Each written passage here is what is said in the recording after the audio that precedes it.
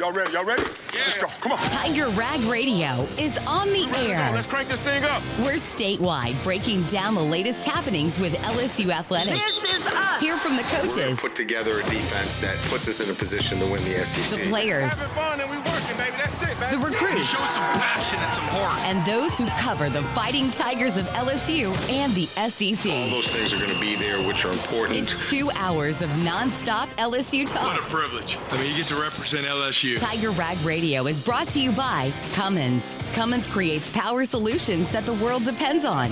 Helm Paint and Decorating. The paint experts of Louisiana. Louisiana Beef Industry Council. Max Home. And the East Baton Rouge Parish Library. Get ready to talk Tigers with producer Jackson Blackman and hosts Todd Horne, Jeff Palermo, and Glenn Guilbeau. You're players that are better people than they are players. This is Tiger Rag Radio, live from Super Chevy Dealers Studio. And good evening, everyone. Welcome to another edition of Tiger Rag Radio. Jeff Palermo, News and Sports Director of the Louisiana Radio Network, along with the Executive Editor for Tiger Rag Magazine, Todd Horne, and the Editor, Glenn Guilbeau. We are getting so close to the start of the college football season. It is week 0, so there will be, there will be some games on this Saturday. And then, of course, LSU and Clemson is right around the corner now. We got a lot to get to. We'll talk a lot of football, of course, here as we look at the LSU Tigers as they get ready for the Clemson Tigers. Coming up here in just a few minutes, Chris Lowe from ESPN.com. He will talk about that matchup and some of the other big storylines in the Southeastern Conference. Later on this hour, we'll hear from former LSU coach Ed Orgeron. He will join us. He made news yesterday talking about the fact that he wants, or he has the itch to get back into coaching. We'll talk to him a little bit more about that. And we'll also hear in hour number 2 from WBRZ-TV sports director Michael Cauble. He will join us, talk about his thoughts on LSU. Guys, how you doing tonight? Good. If it's week 0, that means there's 0 games, okay? It's the opening week. I don't believe this week 0 stuff. If I agree. One game, it's opening week. I don't like the week 0. I don't like that title either, or phrase, or however you want to put it. I'm not a big fan of that either. In fact, I just think they should just play all the games next weekend. I don't get what's the point of.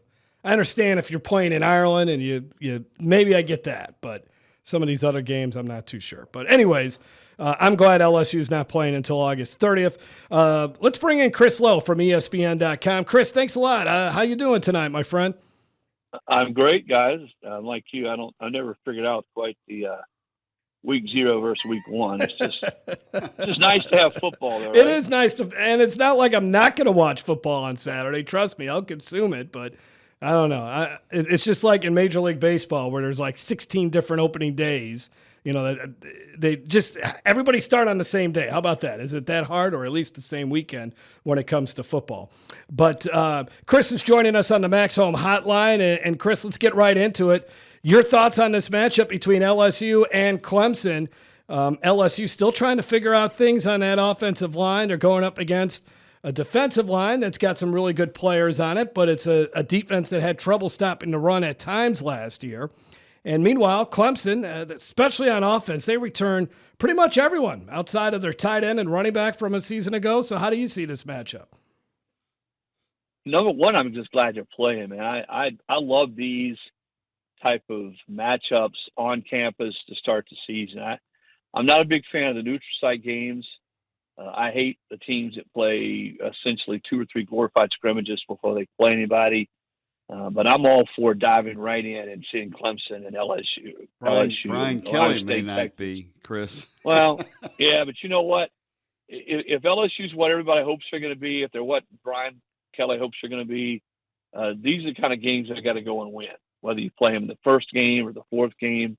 And here's the thing, Guilbeau, I think even if – I know LSU fans don't want to hear this, but even if they don't win this game, but they play well and they're competitive, they look like they're better, that's not the end all. They still got a chance to get better and get into the SEC's part of their schedule and get to the playoff. But now I'm glad they're playing. I think I said this earlier. I see this boiling down to it's never this simple. but which offensive line plays the best? Which offensive line does the best job of allowing the offense to be balanced, to protect the quarterback? And I understand that LSU's replacing a lot of key guys.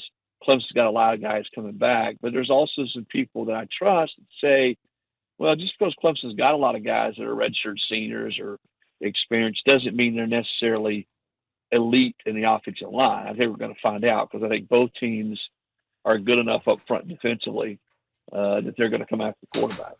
Chris, so you're buying that Clemson's, basically with the same personnel they had on defense, at least the front seven last year, that they're going to be resurrected defensively under this new defensive coordinator of theirs and be able to stop the run, which they were rarely able to do last year.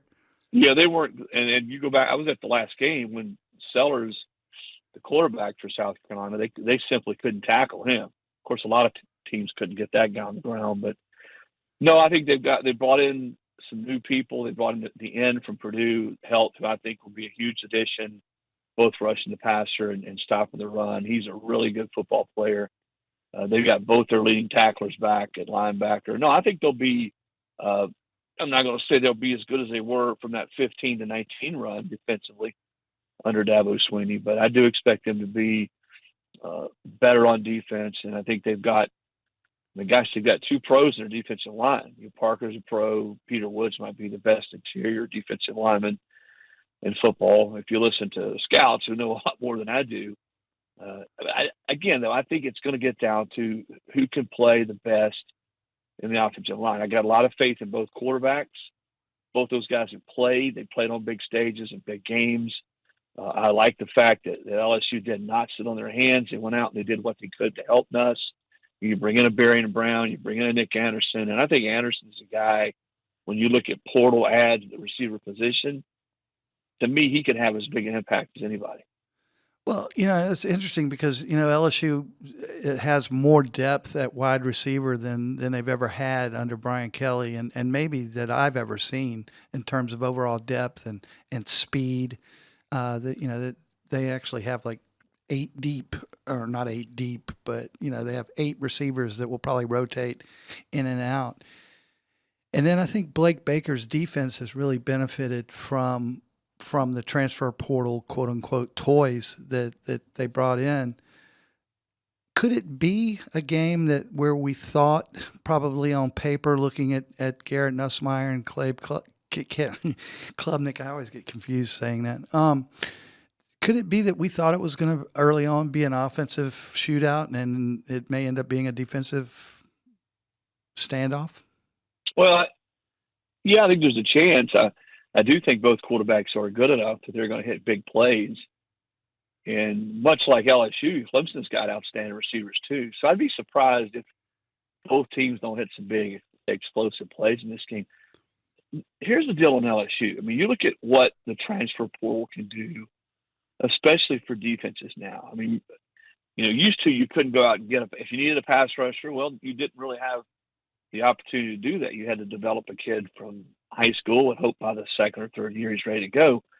Well, LSU might have 5 or 6 transfers that start from on defense this year, 3 or 4 guys in the defensive line.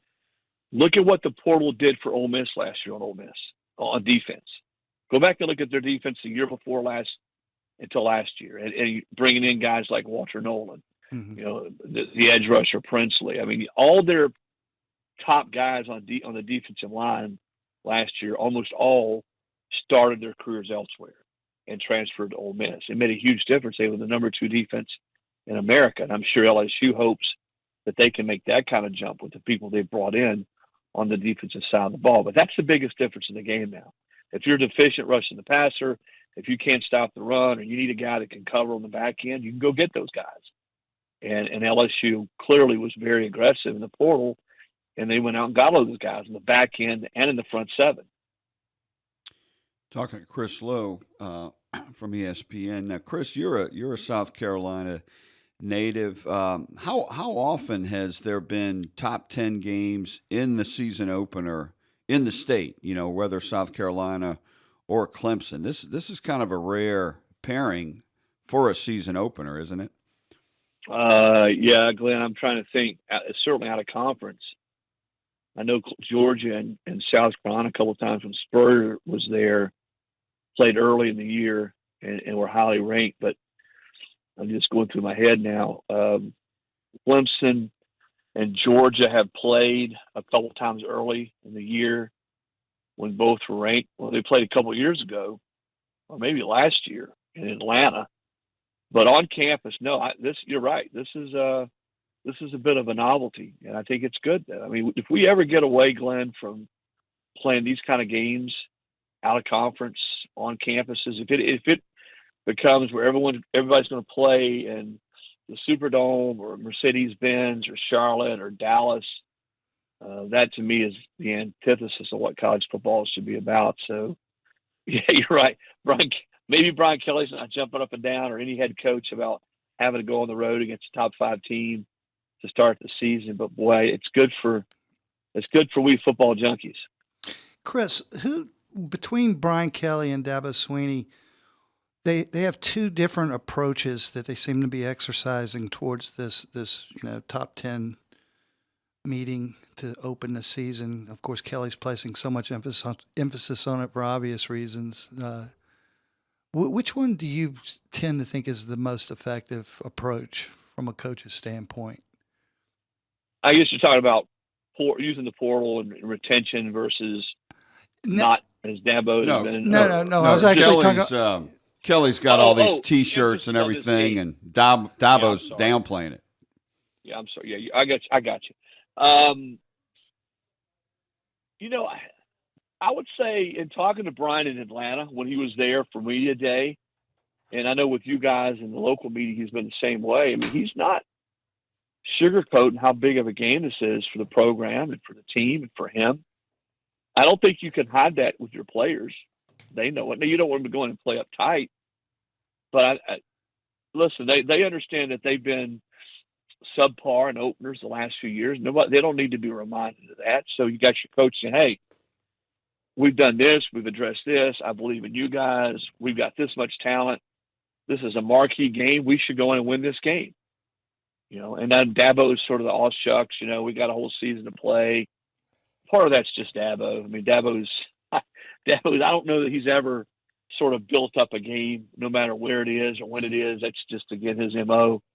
Bottom line, though, guys, especially when you go on the road like this, is you got to hold in there early. And not get to where you're having to play from behind on the road. That's a hard place to play. It's a night game.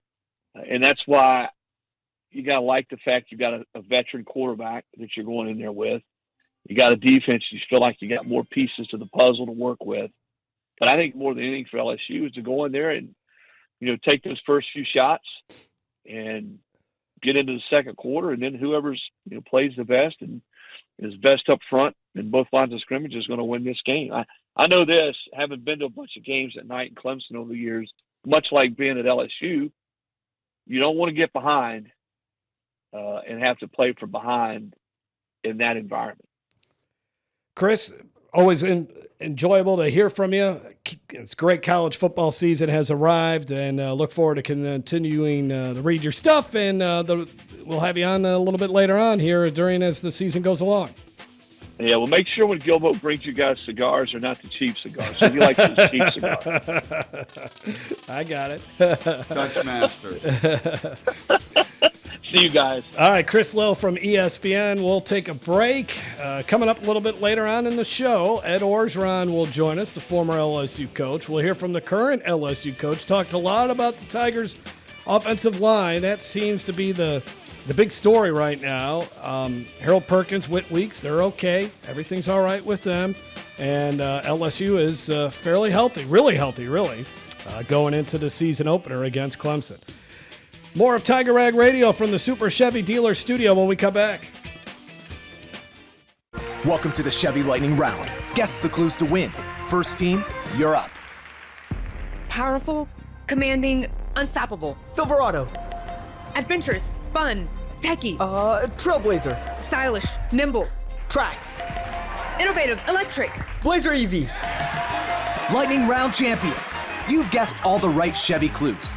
Wherever the year takes you, explore it together in the Chevy of your choice. See your Super Chevy dealers today. Now, back to Tiger Rag Radio, live from Super Chevy Dealers Studio. Back here on Tiger Rag Radio, Jeff Palermo, along with the executive editor for Tiger Rag Magazine, Todd Horne, and the editor, Glenn Guilbeau. Glad he could join us here tonight on Tiger Rag Radio. Former LSU coach Ed Orgeron will join us in the next segment. Hour number 2, we will hear from WBRZ-TV sports director Michael Cauble. So here we are. We're about a week and a half away from the season opener. Your thoughts, guys, on where the Tigers are at? Well, the LSU Tigers, not the Clemson Tigers? Yeah, I think I don't know, man. I'm a little – I was actually buying into Brian Kelly's confidence and how he's bullish on not just the offensive line but the whole team. And I believe that he does have the best roster he's had at LSU. Yeah, and he's got the most depth across the board. I mean, this team is loaded, and they look great on paper. But I was buying into his bullish on offensive line, and he knows it. But then to start switching the parts in and out, at left guard and right tackle today. I mean, maybe he did it Saturday. We weren't out there, but to talk about it today, it just. I mean, you got to be cohesive on the offensive line, and you basically had 5 guys start most of camp, and now you're switching it. And I know he's doing it because he thinks he can get more out of it, and he's talking about, well, it doesn't really matter about 5 starters. You're going to have a rotation, but that kind of flies in the face of being cohesive and working as a unit if you're going to be pulling and putting people in rotation the whole time. So the bottom line is I'm concerned right now that regardless of what happens at Clemson, I don't know if I'm as confident that LSU can actually win their 4th overall national championship this year as I might have been buying into that before. 4th overall national championship. Because everybody thinks it would be their 5th overall national championship. But Auburn today claimed the 1958 national championship, even though they had a worse record at 9-0-1 to the 11-0 Tigers, who were claimed the national champions in 1958 by AP and UPI, which was the coaches' poll at that time. And Auburn was ranked 4th by the AP and UPI. Actually, I think Iowa got a national championship in '58 too. I thought it was UPI. Maybe it was one of those other wire services. Because they had a bunch of them. But Auburn claimed 3 additional national titles today too, and they said that they're doing it because they've been a little too polite when it comes to claiming national titles, and they received the Montgomery Full Season Award or something. Well, but I will say that I did first read about this in The Advocate this afternoon, and The Advocate said that LSU played Clemson and beat them 7-0 in the Sugar Bowl that year, which was the pseudo national championship game, and that's incorrect. Yeah, it wasn't. They already had it going in. They had already claimed the national title; had already been awarded to them before the Sugar Bowl game that year. Right. That's crazy. I guess Auburn was looking at their schedule and their roster and realized they're not going to win a national championship outright anytime soon. So they decided to just start. But isn't this what Alabama does too? If you're ranked number 1 in some sort of metric, some sort of poll, you go ahead and give yourself a national championship? Well, no, they haven't done that. Looking back, like Auburn's done. I mean, Alabama's got some questionable national championships that other people have awarded but they didn't retroactively go back. No, and they didn't just name themselves national champions, but they got like a national championship by like Reader's Digest in one of those years. Alabama does. Right. But no, Alabama's got a couple of national championships from legitimate wire services like in the 70s, like when they lost to Notre Dame in that Sugar Bowl. When Jerry DiNardo was on that team, they still won a national championship that year in one of the wire services. It was freaky back then. Not one of the major wire services. No, it was. They did. AP or UPI? Yeah, there's some like that in the 70s and 60s that awarded teams that. And, really the best argument Auburn has is the 1988 team. Their only loss was to LSU in the earthquake game, and they beat Michigan in the Sugar Bowl when they were number 2 or 3, and number 1 Nebraska got beat by number 5 Miami, and number 5 Miami went past them. But Auburn looked bad in that win over Michigan. But actually covered that. I don't know. I think that dilutes this. It's like, how can you claim the 1958 national championship? I know. But they're not even 70 going years after their later. best team, is what I'm saying. If they were going to pick a team to give the Well, they championship picked three to, other ones too. So 2004 can make some sense. That had a good argument. Because they never even had a chance to play for the national championship. Well, what is it? How should LSU react to this?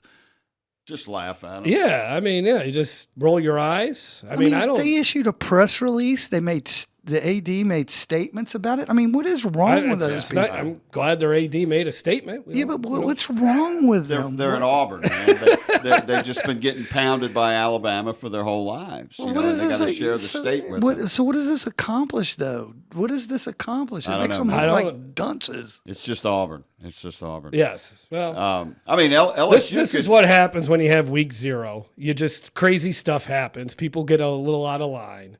I mean, LSU had a great team in 1969. They lost one game to Archie Manning, and they kind of got screwed by the Cotton Bowl and Notre Dame. They didn't get invited to the game. I mean, and you hear them talking about that a lot, but they're not going to claim themselves a national champion. I mean, why not give them the 1987 national championship? Because they lost to Alabama that year was their only loss because Hodson was hurt, and they were filming everybody's All-American. That distracted them. So just give them the title. Well, they did have the Ohio State tie, and they should have beaten Ohio State. All right. I'm kind of surprised we all of a sudden dove into Auburn's issues. We'll get back to LSU's offensive line issues later on in the show. But when we come back, former LSU coach Ed Orgeron, looking forward to talking with him, itching to get back into coaching. We'll get more from Coach O on that when we come back here on Tiger Rag Radio.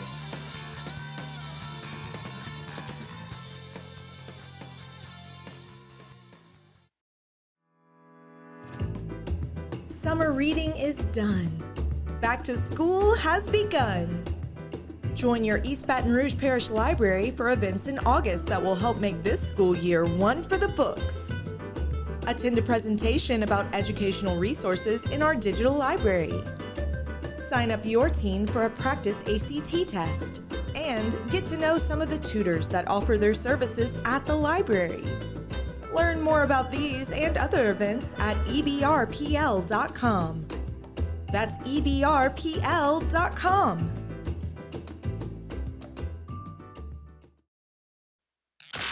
How you doing? This is Snoop Dogg. Tiger Rag Radio. Ladies and gentlemen, boys and girls, you are tuned in. Talk LSU sports, interviews, opinions, and your calls around the Tiger Nation. Baton Rouge was a life for me, home with LSU Tigers. Now more Tiger Rag Radio. We love to score and get highlights and championships and play to win. Tiger Rag Radio. And we're back here on Tiger Rag Radio inside the Super Chevy Dealers studio. Jeff Palermo along with Todd Horne and Glenn Guilbeau. Glad you can be with us here for Tiger Rag Radio. Let's join Coach Ed Orgeron. He gets on the line on the Max Home Hotline with us right now here on Tiger Rag Radio. Coach, how you doing tonight? Doing great, man. Hey, thanks for calling me. Great to be on you guys' show. You guys do a tremendous job. Thank you. Thank you for joining us, Ed. Yeah, it is good to have you on. And, Coach, you made some news yesterday when you were on with the guys over at Barstool Sports saying that you have the itch to coach again. How serious are you about that itch to potentially get back on the sidelines? You know, man, first of all, LSU was very good for me. Took care of me. You know, the last 3 years I got a chance to be a dad, to get my boys situated into this coaching business. As you guys well know, my oldest guy is at Tulane. I got 2 of my young boys here at Miami. So now they've settled in. They've settled into the coaching business. And, I found myself calling them too many times during the day. Hey, what's going on, man? How's practice? or I'm either at a practice or going to a practice. So I think that, the right thing comes along, which I think it will, that, I've got them settled. Now I'm ready to go back and compete again. Coach, through the last couple of years, I mean, I know it's had to be different for you because you've coached your entire career. But have you had any conversations that could open up into real opportunities over the last, say, couple of years? Nothing real serious because I cut them off right away. It was like, hey, listen, I'm not interested right now. Maybe later on. And they understood. I told them I don't want to do, just like I told you guys. I was dead set on getting my kids into coaching, and LSU has paid me a lot of money and took care of me. I was able to do that, and I got it done. So, and I haven't had any serious conversations with anybody about next year or anything, but I am going to be ready to go when it's time. Well, so you said you had you felt like the opportunity would come along when the right time opens up for you. Would you consider a position as not a head coach at a major college, like as a position coach, defensive line? Yeah, no question. Sure, and no question at all. Do you want to be a head coach again? Well, I'd love to be a head coach, but you sit out 3 years. This will be the fourth season, so you kind of get back in it. So you got to start where you can start, and I think there will be some opportunities to be a head coach. I think there'll be some opportunities to maybe go to NFL, maybe go to a big school. I'm just gonna have to weigh out what's best for us, and really it's about a field. And maybe something may not come along. I'm still in good shape, so I'm just gonna find out what's best for me to get started, and I usually have a good feel about that. Ed, what do you miss most about coaching the last few years? Saturday. Hey, look, man. Saturday morning, I get up and get a workout. It's game day. I'm still pumped. I call my boys, and then I never got a chance to do this. I really enjoy it.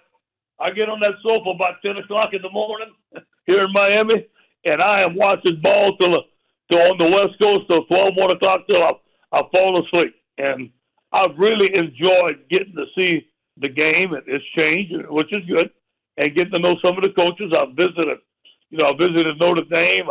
I've seen David Baylor. I've been to many practice. I've been to Texas. Obviously, I've been to Miami a bunch, been to Tulane, and I enjoyed every minute of it. Coach O, I think you're going to get a head coaching job somewhere because there's a lot of movement. More teams are playing college football now. More schools are playing college football. So I think you'll get one. But I've often thought about this about other guys who got out of coaching for a little while. Don't you think you would enjoy and again, I think you're going to get a college head coaching job, but don't you think you would enjoy coaching a high school team? You know what? That was something that I wouldn't want to do. Oh, okay. You know what I mean? Okay. No, I'm either going to coach in the college and the NFL. Nothing with high school, but that is something that I'm not interested in. All right, I got you. Coach, you just said a few minutes ago that, the game has changed since, the last 3 or 4 years. And obviously it has with NIL and revenue sharing. But how has it changed in your perspective, and how have those things affected the way the game is actually played and coached? Yeah, well, the transfer portal. I mean, guys are moving here, moving there. I mean, it's almost like watching an all-star team play. I mean, it's good for the young men. They give them a chance to play. They're getting paid. I have nothing wrong with getting paid. I think the transfer portal is good. Like, we got Joe out of the transfer portal, and I think if you're not playing, you're not happy to get the transfer one time. But I think that if you sign a lucrative contract with anybody, that you should be, you should have a contract that ties yourself to that school. And so I think that's going to have to tighten up a little bit. But I just think players moving around has made the game change. Is that I was talking to Gino Torretta, Casey Jones, and those guys at Miami, and they talked about redshirting. They talked about living in the dorm. They talked about 5 years at college together and growing. That's not happening anymore. So I think that's the change that I'm talking about. But I know that you pay attention to LSU. I know you love LSU. I'm not sure what your relationship, if any, that you have with the current coaching staff, with Coach Kelly, or there any other members of the staff. I know you have a couple players still on the roster that you recruited, Garrett Nussmeier, Jacoby and Guillory are two that I can think of off the top of my head. Frank Wilson. Frank Wilson's a good friend. Frank Wilson, yeah. But when you look at this heavy laden transfer team and you look at it, the roster on paper for this year's LSU team, they look very good. But I mean, how is he going to bring all that together and possibly go for LSU's 4th overall national championship since Auburn claimed the 58 championship today? That's funny. But first of all, I have a lot of respect for Brian Kelly. Have I talked to him? No, but, when we played him in one of the bowls, he and I got along well together. I've always met him on the road.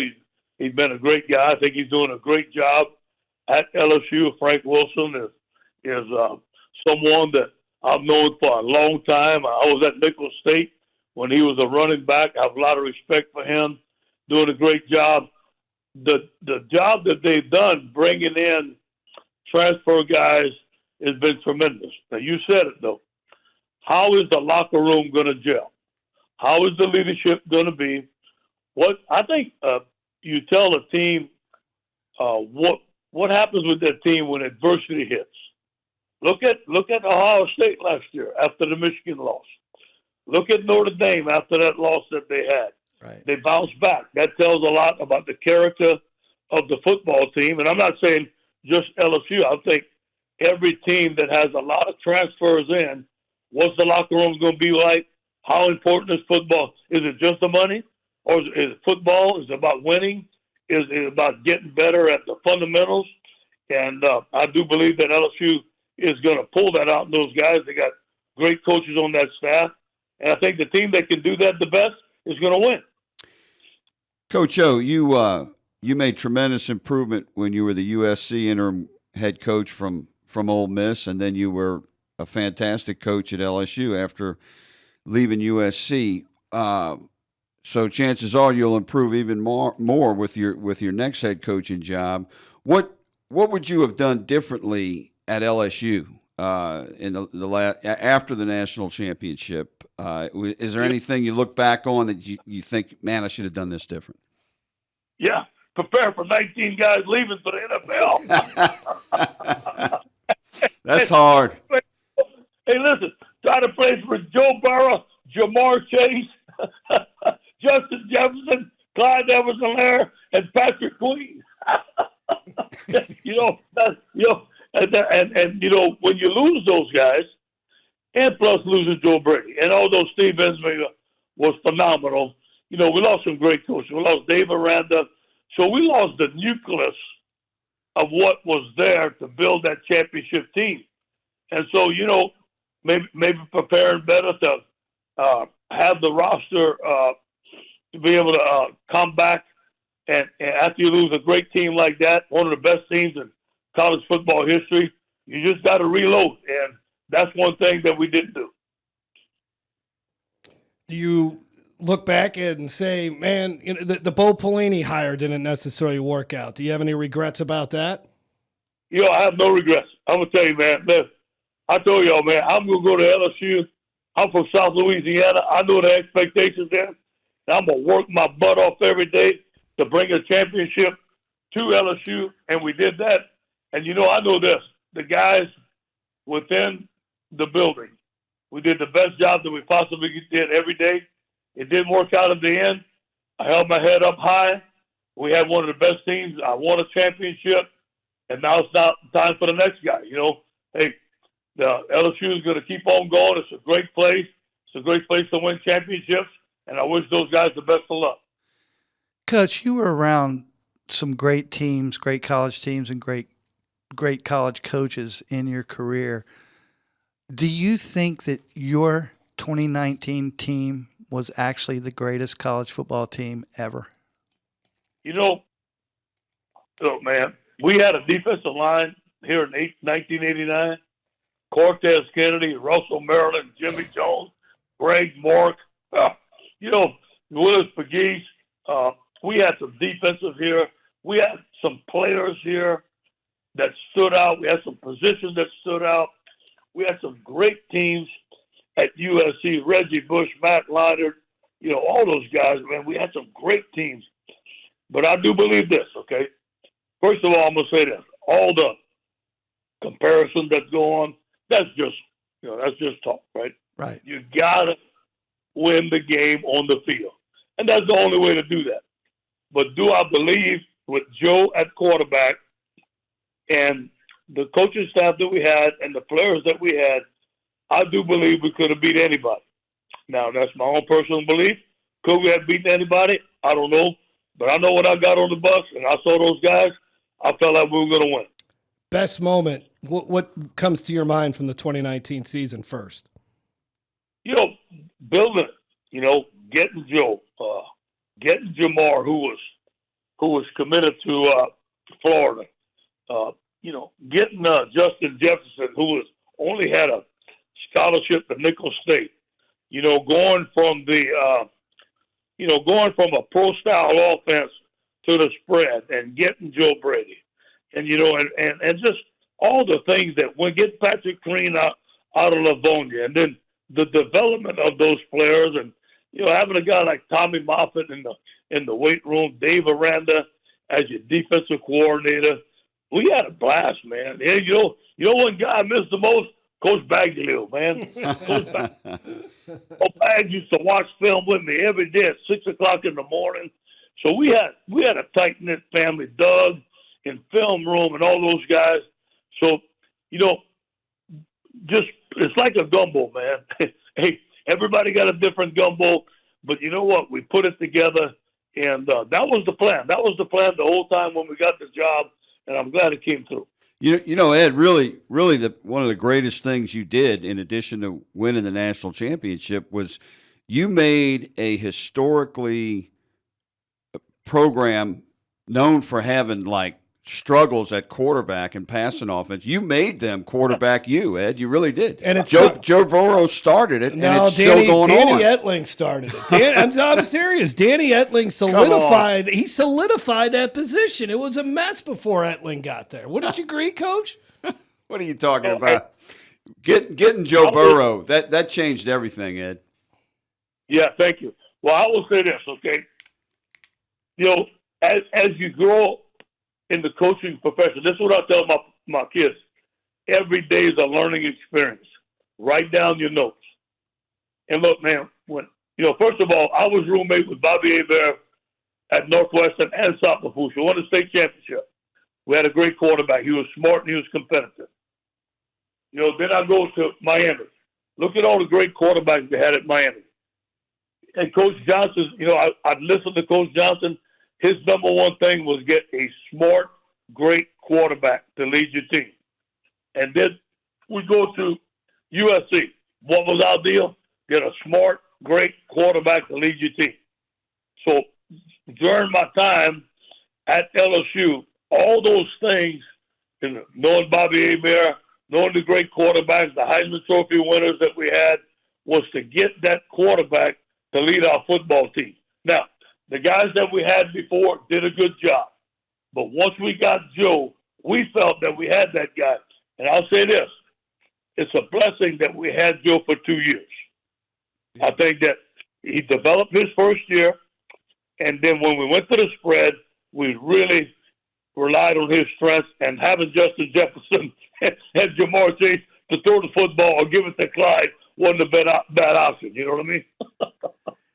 You're right about that, Coach. Hey, look, I know we're running out of time. I want to thank you again for coming. This has been awesome. But I got one last question for you. Yeah. You've got to make a choice about who you want to face in your season opener. You're back coaching again right now. You can either face Brian Kelly or you can face Dabo Swinney, both of whom you've coached against. Which one do you want to coach against? Well, you know what? I'm glad I'm not in administration and I don't make the schedule. But I will say this to you. The opening game, although it may be challenging and although it may be like, well, why are we doing this? It does put a little pep in your step during the spring. It does put a pep in your step during camp. And it gives you a chance at the beginning of the year to identify your strengths and your weaknesses against a great team. You know what I'm saying? Right. And obviously, if you win it, you got to keep the momentum. But look at the teams that lost last year. Look at the Ohio State. Look at Notre Dame. They lost this year. Hey, guys, thanks for letting me have on the show, man. I appreciate you guys. I want to say one thing. Congratulations on being the Louisiana Hall of Fame. Great job, thanks, man. Ed. Appreciate it, man. Thank you for joining us. All right, guys. Thank you. Bye-bye. Ed Orgeron joining us here on Tiger Rag Radio. We are way late for a break. Let's take it. We'll probably have to take another one right after that. We'll be back after this here on Tiger Rag Radio. And we're back with Tiger Rag Radio, live from Super Chevy Dealers Studio. All right, couple minutes here with Tiger Rag Radio for hour number 1. Hour number 2 coming up. What'd you guys think of what Coach O had to say? Great interview. Always honest, candid, funny. Yeah. It was right. awesome. Good personality. Yeah, I still don't know if he wants to face Swinney or Kelly. But, Well, he lost to Kelly, remember, in the bowl game. yeah, and he beat Swinney. But Kelly has also lost to Swinney at Clemson several times. Yeah. Now, he did beat him, I think, the last time they played each other at Notre Dame whenever Clemson was number 1, if I'm not mistaken. And Notre Dame beat him 47-40. But that's when that girl that played quarterback for Swinney that plays for the Jaguars now. Trevor Lawrence? She was out that game during COVID. Trying to be cute. Man. That's not good. Well, then and Les lost to Dabo, didn't he? Yes, In he a bowl did. game. In fact, Yeah. that win by Clemson is what really vaulted them. Yeah. To where they became a 2-time national champion, because that gave them the confidence that they could play with the big boys. And that's when LSU was kind of on their descent and Clemson was on their ascent. And and that was a huge win for them. It was on a New Year's Eve. It was a Peach Bowl, Chick-fil-A Bowl, one of those two. Getting back to Coach O, I also thought he was really transparent whenever Glenn asked him what he would do differently, and he was like, recruit. Well, he didn't say the word recruit, but he said, I think there's a little bit more to it than that. We all know that.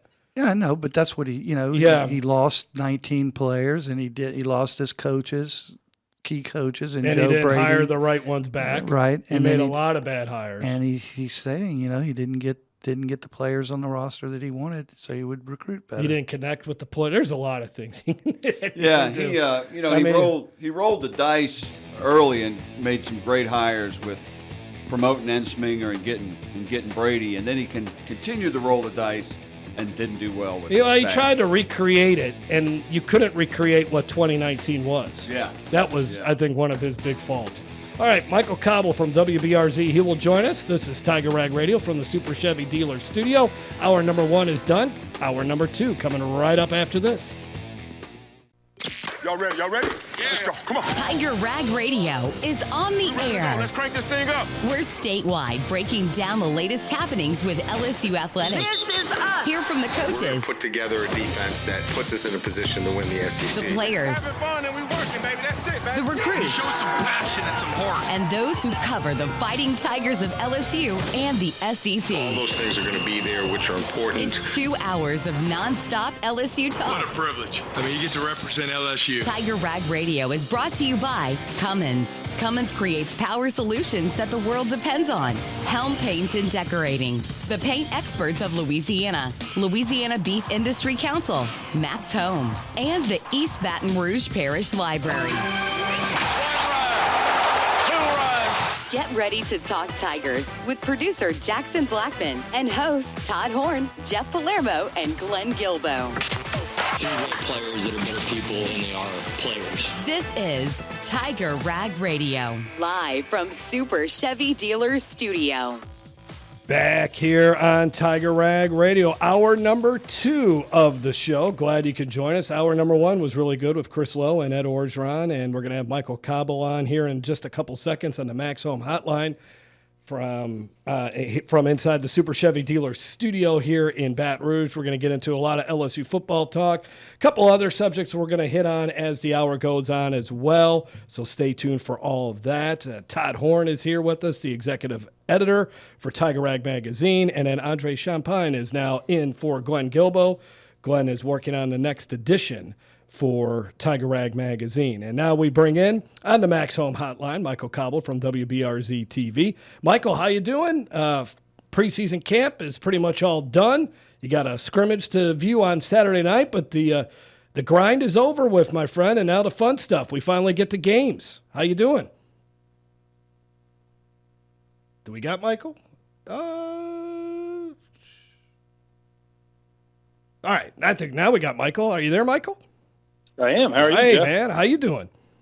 Doing great. Thanks for having me. Yeah, it's great having you on. You're a guy that's at practice every day. I guess maybe take your mind back to the start of preseason camp. What out of the position groups, what position group do you think has impressed you the most from as far as what your initial impressions of them were going into camp? Like, I'm not so sure about these guys. And now after watching them go through their drills, go through their team periods, you sit there and say, you know what? This is a pretty good group right here. Yeah, I think the defensive backs probably were there are two question marks going into the season, right? Offensive line and defensive backs. And for me, it was I think as far as progress goes and where I've seen the most growth and maybe feel the most comfortable about is probably the secondary, whether that be safeties specifically or corners collectively, and then the way all of them play together. So I think they've got great potential there. I really feel like they have the talent to compete. They have young talent as well, so that bodes well for the future. So, I feel as far as the comfort level, I feel the best about that. But I will say, a little honorable mention rule, that I think the offensive line has improved, certainly in the last 2 weeks, and I feel like they are a group that will still need to be a work in progress, I should say. But I feel like they have made enough progress that I'm not scared to death for them when they kick things off against Clemson. Michael, it doesn't bother you at all that we saw 5 starters on the offensive line all camp, and then now suddenly there's some musical chairs going on between, especially at left guard and right tackle? No, because I think the issues were at guard. Early in this season, I thought Josh Thompson was one of the issues, especially to Jeff's question. The first couple of days of practice, that dude was dealing with the heat. Like, you could tell that he wasn't ready for what was hitting him here in South Louisiana. I think he's gotten better, and I think basically what it is it's a little bit of like tournament bass fishing. I think they're out there, they've got a decent stringer, now they're trying to improve it. So that's kind of how I've looked at this last little bit of shuffling that they've done with Karius and, kind of plugging Mubanga in there. It's always such a fun name to say. I need to meet the kid so I can find out how he actually says it. But yeah, no, I feel like they're kind of comfortable with what they have. Now they're trying to improve it, and again, that's to some degree why I think DJ is working there on the second team. Could he contend maybe on the first team still at guard? Potentially, but I feel like they've gotten better, or they feel more comfortable, that they're kind of now raising the stakes. And what has Brian talked about really for the last 3 weeks is the competition. And so much of that was along the offensive line. Right. I agree with you on that. That's a good point. We keep listening to ourselves and of course, the national media talk about the narratives from this game. And it really boils down to these are 2 extremely talented teams. They both have depth. They both have great skill positions. They both have great quarterbacks. They both have tremendous front sevens, and Clemson has good cornerbacks, questionable safeties. But from watching this team and seeing Kelly's confidence in this team, and I think it's genuine. I think he's exuding genuine confidence over and over in his team. I think this is going to be a physical, A.J. Halsey tackling defense, and they are going to I think it's going to be a defensive game more so than anything else. And I'm not saying there's not going to be some breakaway scores and Nussmeier's not going to hit Barry and Brown or Anderson, one of the Andersons deep or something like that. There's going to be big plays, but I think this game's coming down to physical defense. And for the first time in Kelly's tenure, I think LSU has a defense that it's going to be proud of and fun to watch. Yeah, and to your point, I think he believes that too, right? I think how many times have you used the word bullish, right, in this offseason as opposed to any previous years? And maybe even more to your point is how often have we been wrong about openers and, felt a certain way about a certain unit or expected so much of a team only to be let down. And again, I think if we base ourselves in reality a little bit more and not expectations, it is going to be a new offensive line. They are going to struggle, I think, running the ball. There will be some growing pains there with Nussmeier and that many new receivers. The defenses might have the upper hand, but they'll make some mistakes too. So while it necessarily won't be a high-scoring affair, I think that there's a lot of room for improvement. On one hand, I love these challenging opening games. I really do. I think they're great for college football. I love them when other teams are doing them. I like them when LSU's doing them. I just feel like LSU, karma-wise, always gets the wrong end of the stick. And, whether it be getting USC when they're good, getting UCLA, at home when they have a quarterback, and, playing Clemson on the road, when they have a quarterback at their place in a true, road game, like it never really works out in LSU's favor. Maybe because if you rewind the clock, LSU, played in some of those games and had the upper hand outside of Wisconsin with Les Miles. But I'm thinking back to like when they took on North Carolina and Atlanta or Oregon and Dallas, they had the upper hand in those games. So maybe we're paying the price for it these many years later with the Brian Kelly-led Tigers. But Right. I just wish fate was a little bit more on their side in these premier matchups. Yeah. Hey, Michael, this is Andre. I just wanted to kind of ask you, I mean, Brian has been talking about just having more depth this year as compared to his last, 3 years coaching with the Tigers. What have you seen specifically at the defensive line position, I guess depth-wise, and do you see them actually making a difference and just kind of being dominant from the line of scrimmage this year? Yeah, well, Andre, you were there when he talked about, getting the pressure from inside out, and that's something that they haven't typically been able to do. I think that's what you're seeing. And to answer your question specifically, I think you're seeing different styles of player that LSU has available to them, which allows them then to mix their fronts and play maybe the down and distance a little bit better matchup-wise. And so I think you're seeing the big bodies. Obviously Dominic McKinley is slimmed down. He looks phenomenal. I can't wait to watch him play football against somebody else. But you're seeing the different body styles. You're seeing, Jack Pyburn wreak havoc. You're seeing Bernard Gooden, obviously. He was unstoppable the first 2 weeks of camp. So I that's what I see there.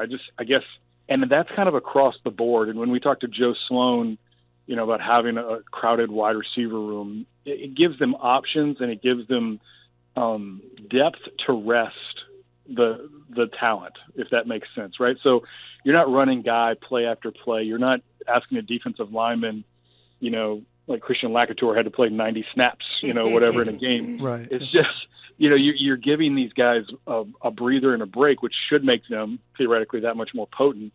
I'm hopeful that is the case, and you really do see this entire LSU team play at its peak because of the options. What you hope is that they don't fumble, their own gifts and really get in their own way. You'd like to see it get streamlined. My biggest criticism last year of the coaching staff was that we were in week 4, and Brian Kelly admitted that they were still figuring out their personnel. I agree. To me, that was malpractice, right? At the highest levels. Because you have $1 million coordinators and a $10 million coach, So my biggest hope is that they understand their personnel, they understand how to get them on and off the field in a timely manner, and when to utilize them, to play at their zenith. And then I think if they do that, then everybody should be not only very happy but also content, regardless of how things fall. Because what I envision is an LSU team playing at a very high level. And in order to beat them, you're going to have to play at a higher level, and sometimes that's going to happen. Yeah, Michael, you just made me think of two things right there. When Kelly was talking, when you were talking about Kelly last year during the 4th week of the season, saying that now we're getting to know our players and who they are, he's pretty much said right now he knows these players and he loves these players. He hadn't used that word specifically, but that's the message: is that he loves these players. And he loves their attitude. He loves their, like you've said a couple of times, the competition amongst them. He really does seem to be more comfortable, not just with the skills, talents, depths, and abilities of these players, but also the character of these players. Yeah. No, it's a maturity, right? And that's the word he used today. There's a maturity to them. And it's interesting to me, and that's I feel like I've asked him this question a couple of times, and I just haven't gotten the answer that I want to get out of him, so I'm just going to give up on it. But I asked him again today about it because, to me, it's counterintuitive, right? You go and you basically flip your team to being half, if not more, new, right? You have, whether it be freshmen or transfer portal players, half of your roster is entirely new, but somehow the cohesiveness of this team is better. Right. You talked about the offensive lineman walking out of the door, and I'm just wondering, like, how could you be any better when, you're losing an Emory Jones and Will Clapp and guys that have played for 3 years, are walking out the door. But from all accounts, not just Brian Kelly, but from all accounts, the unity on this team is very strong. And man, that's exciting. And maybe it is.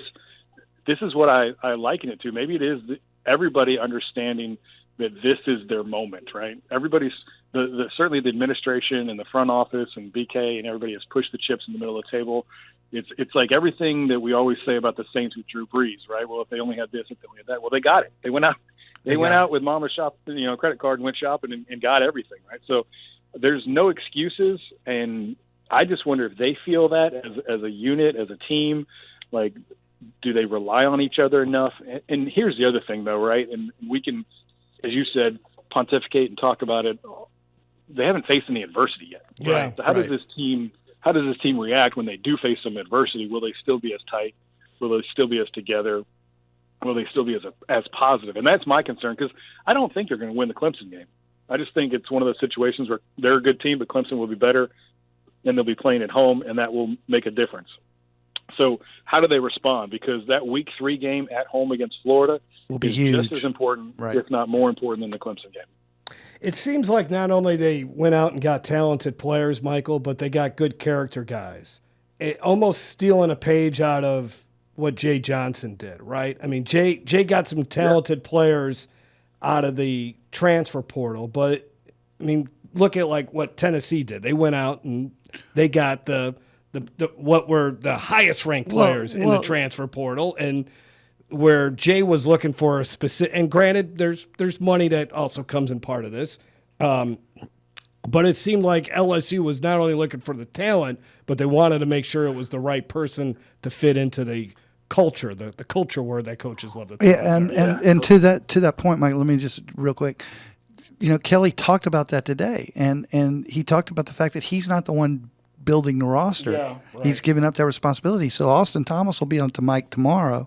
Is it tomorrow or Thursday? Tomorrow afternoon. Oh, it is tomorrow. Yeah. And he's the guy that deserves the credit for doing the character search, so to speak. And I'm sorry, Michael, I didn't mean to interrupt you. No, that's okay.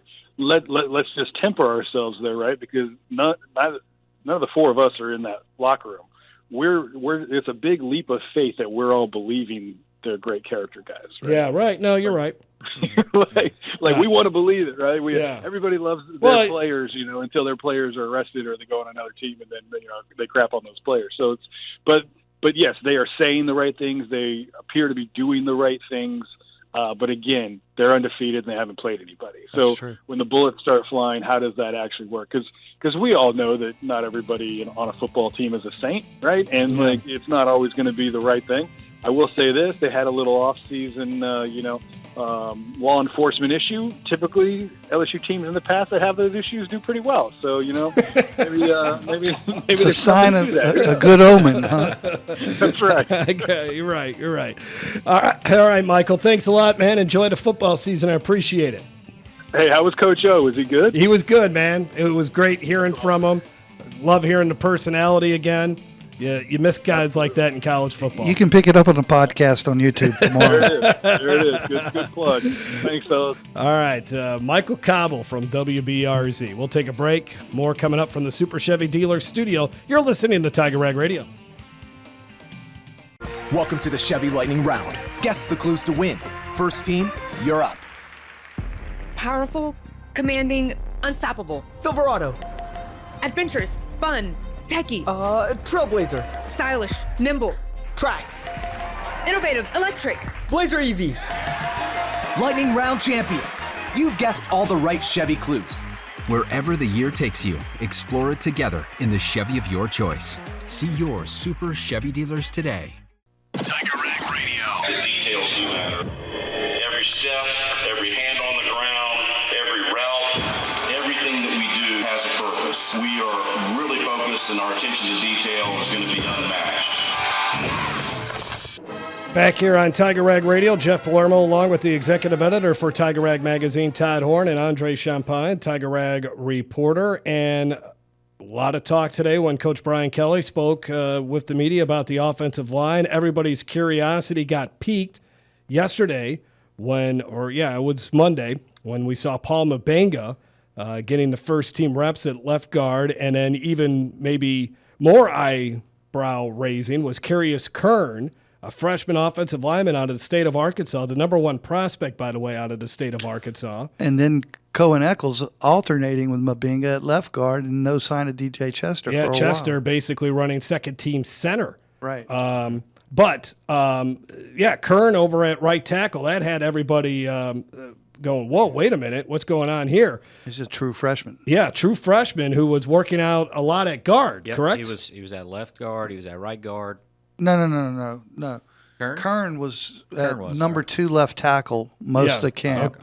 Okay. Blake Ruffino was on a show a couple of weeks ago and said he thought that they were going to move eventually Kern to a guard. I haven't seen that happen. Okay. But they moved him to number 1 right tackle today. Okay. Well, here's Brian Kelly. Let's hear a little. We're going to hear several sound bites here from Brian Kelly talking about the offensive line.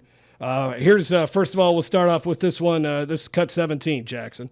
Tyree is going to be our starting left tackle. I think there's still a battle between Paul and Cohen Eccles for one of the guard positions. Justin has nailed down one of the guard positions. Braylon has nailed down the center. And I think there's still a battle for that next tackle position, which would be the right tackle. So Justin, by the way, is Josh Thompson, right at right guard. So he misspoke. Look, we got Pickens, we got Justin, and who's the other one, Todd? There was one more. But we knew Tyree Adams was your starting center. We knew Paul. Tyree Adams was starting left tackle. Starting left tackle. I'm sorry, I was Braylon Moore is your starting center. Josh Thompson's your starting right guard. Left guard and right tackle are your 2 positions that are up in the air, right? Right. Where they're going to be rotating. Which is we hadn't heard. We hadn't heard that before. Well, let's hear a little bit from Coach Brian Kelly. This will be cut 18, talking about the rotation in particular at right tackle. We moved Carius over there to compete with Weston to see who's our best, and maybe it's both of them more than anything else. We wanted to see that maybe it's a combination or maybe it's one or the other. There wasn't enough competition there. We feel like Ori's coming along, but he wasn't there yet. So we wanted to create a little bit more competition at that right tackle position. And then this was a little bit more of Coach Brian Kelly talking about rotating actually linemen during the game, which is it is a little bit of a scary thought.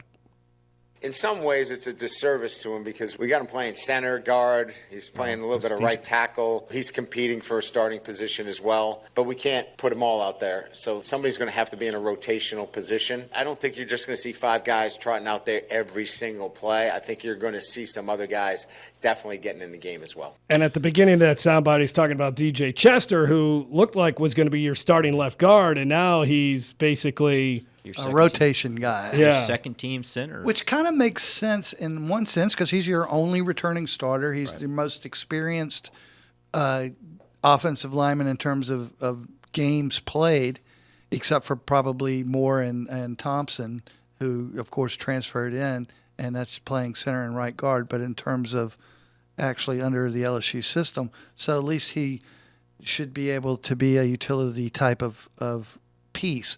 What scares me, and you alluded to it, Jeff, is, the offensive line has to have, and we've said this earlier in the show, has to be cohesive. They have to know what they do. They have to operate as a unit. Now, all this rotation scares me in that regard. But I have a theory about it, and we may be able to talk about it next hour. Okay. All right, let's take another break here. When we come back, we'll keep the conversation going about the LSU offensive line. And we'll hear even a little bit more also from Coach Brian Kelly. Want to get into some other things as well. The NCAA baseball tournament, it's going to be seeded a little bit differently next year. Kendall Rogers from D1 Baseball broke that story earlier today. We'll get into that. And Kim Mulkey will be facing her former school. How about that? LSU and Louisiana Tech playing in a game in December in New Orleans. We'll just chat a little bit about that as well. This is Tiger Rag Radio from the Super Chevy Dealer Studio. Summer reading is done. Back to school has begun. Join your East Baton Rouge Parish Library for events in August that will help make this school year one for the books. Attend a presentation about educational resources in our digital library. Sign up your teen for a practice ACT test and get to know some of the tutors that offer their services at the library. Learn more about these and other events at ebrpl.com. That's ebrpl.com.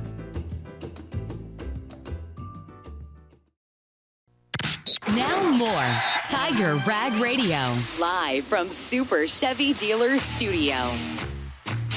Yeah, back here inside the Super Chevy Dealer Studio, Jeff Palermo along with the executive editor for Tiger Rag Magazine, Todd Horne, and Andre Champagne. We're talking about the LSU offensive line. Can I get one little outside of LSU news out there, but it related to LSU news? Or it's related to LSU? Rag Radio. But this is involving somebody that played at LSU, and their dad played at LSU. Oh, okay. So is that close enough? Yeah, that's good enough. Okay. Pete Thamel from ESPN is reporting that Walker Howard has won the Raging Cajuns quarterback job. Ooh, shocker! Actually, that was tighter. A much closer race than what we thought it was. Yeah, Daniel Bill has he had a few games of experience. Yeah, but Walker Howard didn't just leave Ole Miss to come to ULL. Well, no, that's because he thought he wanted to be home, and they weren't paying him. But it is crazy to think, as Thamel points out in his tweet, that in 2022, in that class of 2022, Howard was the number 3 dual-threat quarterback recruit. Cade Klubnik and Ty Simpson were 1 and 2. Mm-hmm. Wow. And Ty Simpson was just named Alabama starting quarterback yesterday, right? And here you got Walker Howard over at UL Lafayette. So congratulations to Walker. Look forward to seeing what he can do. All right, back to the offensive line, and Todd's got a theory on why they may be rotating offensive linemen. Well, I mean, I don't want to turn this into a dissertation, but I do want to point out that even though LSU lost 4 of their starting 5 offensive linemen last year, including Will Campbell and Emory Jones, who had been starting since they were freshmen at LSU, this is the first offensive line that Kelly has recruited. Kelly is known as an offensive line guru coach. He's got, and he reminded us of that. Oh, yeah, he recently. He's got the type of players that he wants. So when he says he's bullish on this offensive line, you heard Michael Cauble talk about how the offensive line has gotten better in the last week or so. That is the sentiment going around from what the media has seen. My point is that Brian Kelly is bullish on this offensive line, not because he settled on 5 starters, even though that makes the most logical sense to us. You should have 5 starters so they can be a cohesive unit. Now, he's looking for a physical team with a demeanor, a certain demeanor. And I wrote about this a little bit in a column I wrote earlier this week. He knows what he's looking for. He knows what he sees, and he knows what he likes, and he likes this offensive line. Now, that doesn't mean he likes the 5 players. He likes having a center in Braylon Moore who's experienced and knows what's going on and can lead that as the quarterback of the offensive line. And he likes being able to substitute the right type of physical players that can pull. Do you remember last year when Will Campbell sat in front of the media about a week and a half before the USC game and talked about how we're going to run the ball, where we want to run it, how we want to run it, down their throats? We had watched Will Campbell and that offensive line that had so much experience and was supposed to be so great, talking about how they were pulling and they were going to be able to run the ball wherever they wanted to run it, and then USC shuts them down. We're thinking the opposite this year. Heading into this point, we're thinking, they're going against a great defense at Clemson. Well, there are great defensive players, as Chris Lowe pointed out, on this defensive team that the pro scouts are telling him are number 1 draft picks, first-round draft picks. They're loaded with them. That team has a brand-new defensive coordinator because those same players, gave up. They had a worse rushing defense than LSU had last year. Okay? Kelly is looking at this, and he's seeing 2 things. These are the 2 biggest things in my mind that Kelly's seeing. This is all my opinion. I've got an offensive line that fits my criteria of skill set. They can pull, they can run counters, that we don't have to just rely on a one-dimensional run game. And I have Chris Hilton, who's the fastest dude in the world in college football right now, coming back, who can catch, who can take the top off of a defense that I did not have that last year.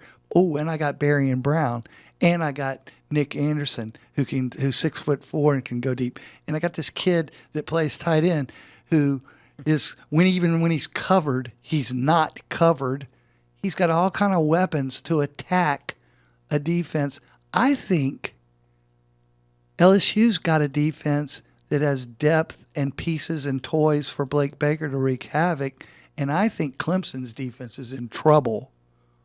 And LSU is going to be able to run the ball and going to be able to take the top off of Clemson's defense, where their safeties are brand new and their cornerbacks are established, but their safeties are brand new.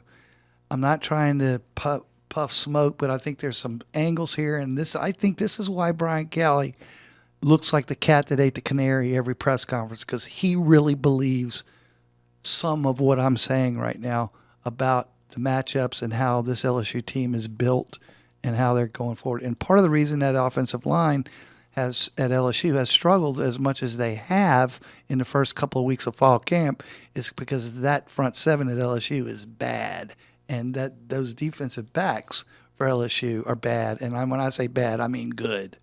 Bad as in good. Brian Kelly has been really optimistic about this team. Very optimistic. Scary optimistic. I mean, it's like real, you know. Yeah. It's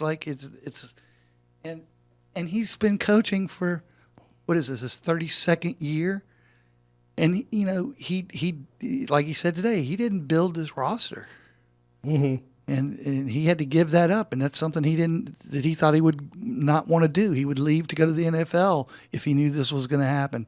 But here he is, and he's making the best of it. He's adjusted to it, and he's got a roster.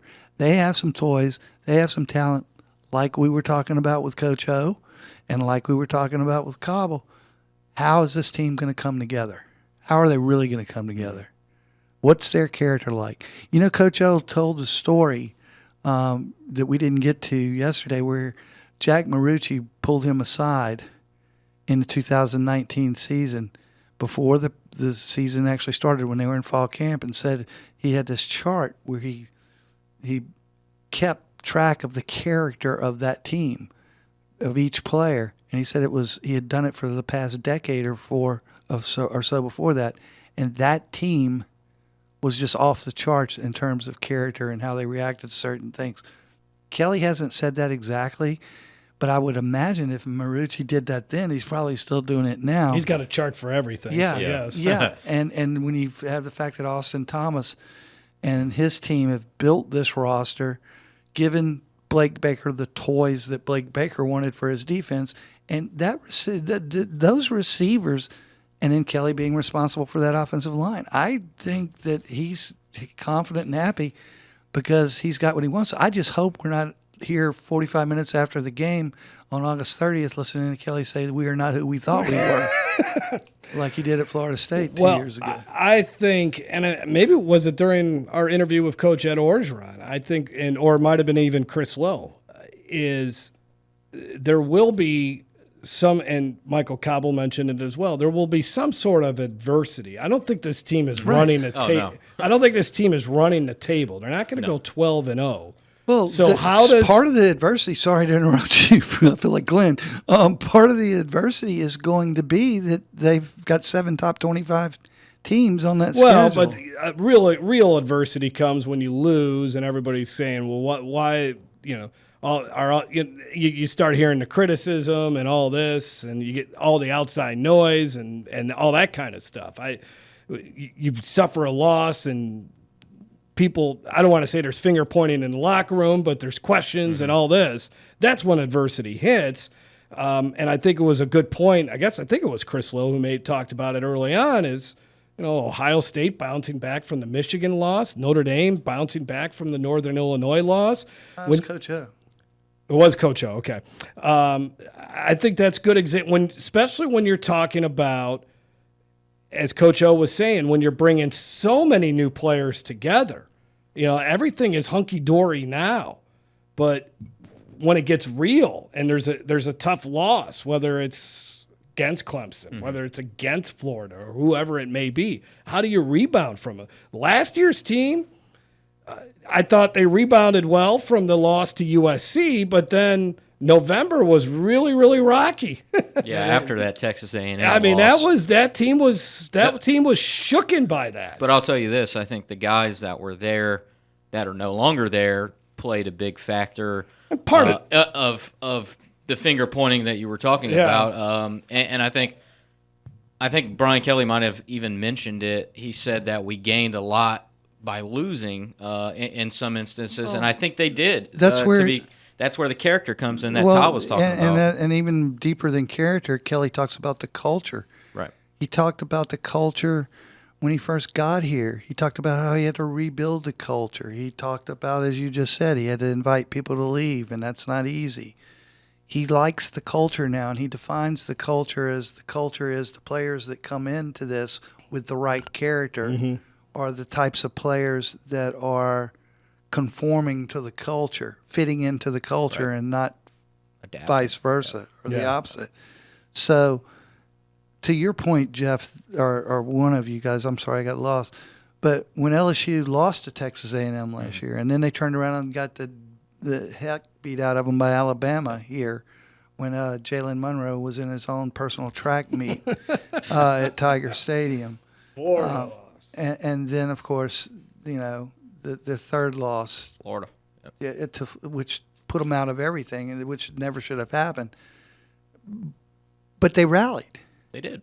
And if you look back to Kelly's post-game conference, they rallied with a win over Vanderbilt and then a blowout, it turned out, of Oklahoma. Yeah. All right. Yeah, but I know. But then Kelly talks about at the end of the USC game to open the season, this team doesn't have the character. They don't have the ability to finish. They don't have the persistence, et cetera. I don't know the exact words he used, but basically he was saying we can't finish a game. At the end of the season, he's talking about how they've graduated to the point where they've developed that. And even though they have 18 transfers coming in and they have 23 freshmen, those people have the character and they're conforming to the culture that's already there. And that's what Kelly feels good about. So he feels good about all the talent, the depth, the skill, and the things that we don't see from the outside. And that's just a glimpse into what we don't see from the outside that he's alluded to in the past couple of press conferences. And if you buy into that, LSU's going to be pretty good this year. We'll take a break. More coming up from the Super Chevy Dealers studio. Todd Horne, Andre Champagne, I'm Jeff Palermo, Jackson Blackman, our producer tonight. We'll be back after this. You should call that radio station and let him have it. Good idea. 1-800-673-5555. I want to be under the bright lights. I want to be on the Broadway stage.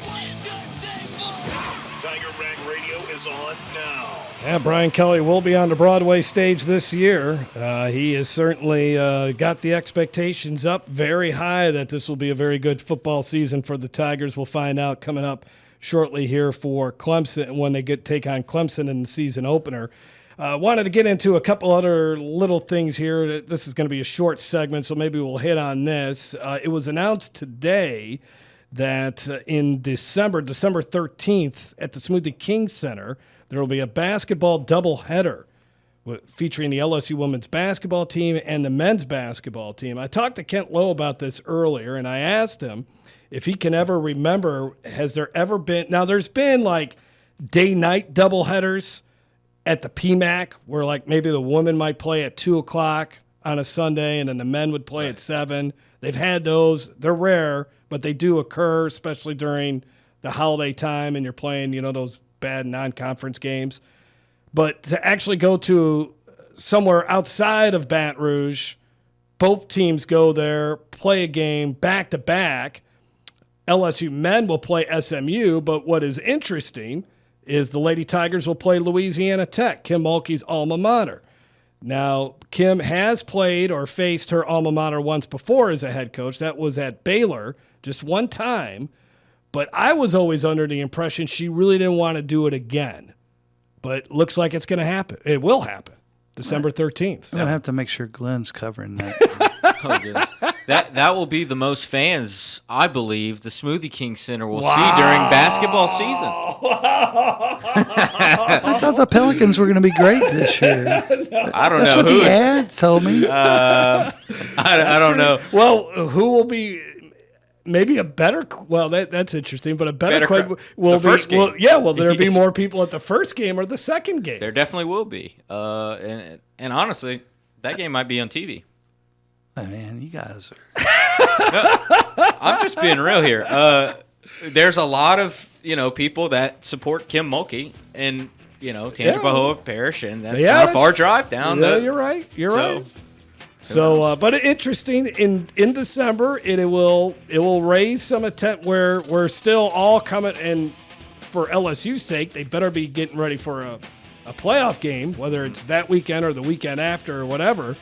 But it will certainly bring some attention to the basketball programs. We'll take a break, finish out Tiger Rag Radio from the Super Chevy Dealer Studio when we come back. Tiger Rag Radio is back on the air, live from Super Chevy Dealer Studio. All right, back here on Tiger Rag Radio. Some college baseball news. We found out that LSU will be heading to Jacksonville in February. That has been reported on a couple of, including at TigerRag.com. They'll be opening up the season against UW Milwaukee. They'll be hosting Northeastern for a 3-game series and Sacramento State as well. But when they go to Jacksonville, it's one of those, it's the same thing that they've been going to here over the last few years. Last year, they were in Texas, of course. Well, they've been in Texas a few times, whether it's at Round Rock or Frisco. Last year they were in Frisco. It's run by the same people that run those tournaments. So they'll be facing Notre Dame, Indiana, and Central Florida in Jacksonville in February. So that's interesting. And then Kendall Rogers broke the story today that they'll be doing the baseball NCAA tournament a little bit differently. They'll be seeding teams 1 through 32. And I tried to explain it to Todd. And I didn't understand So I don't know if I should try. Should I try again? Go ahead. So instead of ranking each region. All right. 1 So through 16. the first 16 teams are still going to host a regional. The first 8 are your still national seeds that would host a super regional if they advance out of the regional. Okay, got it. But they're gonna rank the 32 teams. So 17 between 32 will be number 2 seeds in a regional.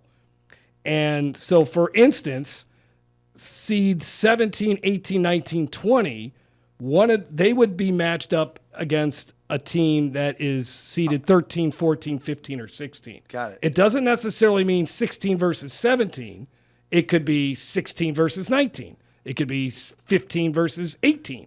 You see what I'm saying? 15 versus 17. They're going to look at those 4 schools and then try to match up what would be the best school as far as being the 2 seed. Mm-hmm.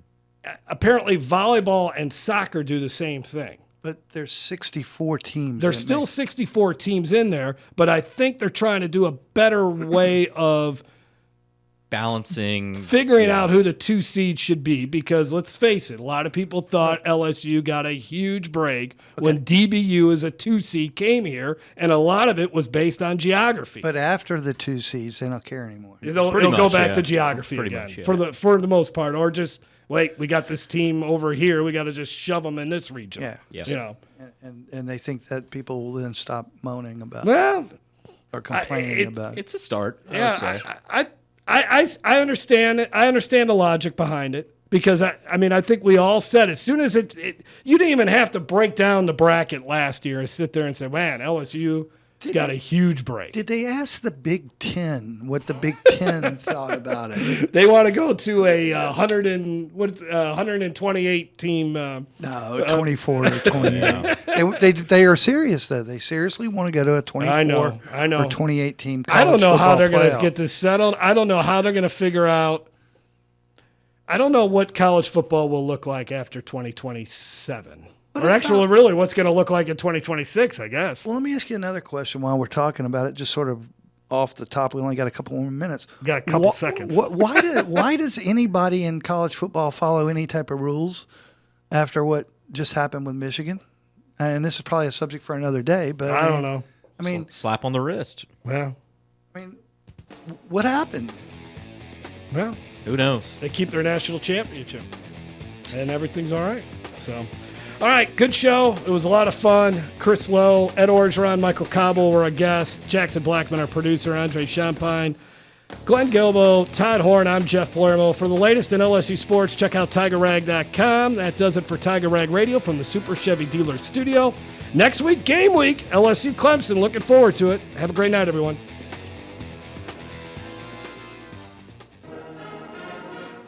Tiger Rag is everywhere. Online at TigerRag.com. Like us on Facebook at Facebook.com/TigerRagMagazine. Or follow us on Twitter at Tiger_Rag.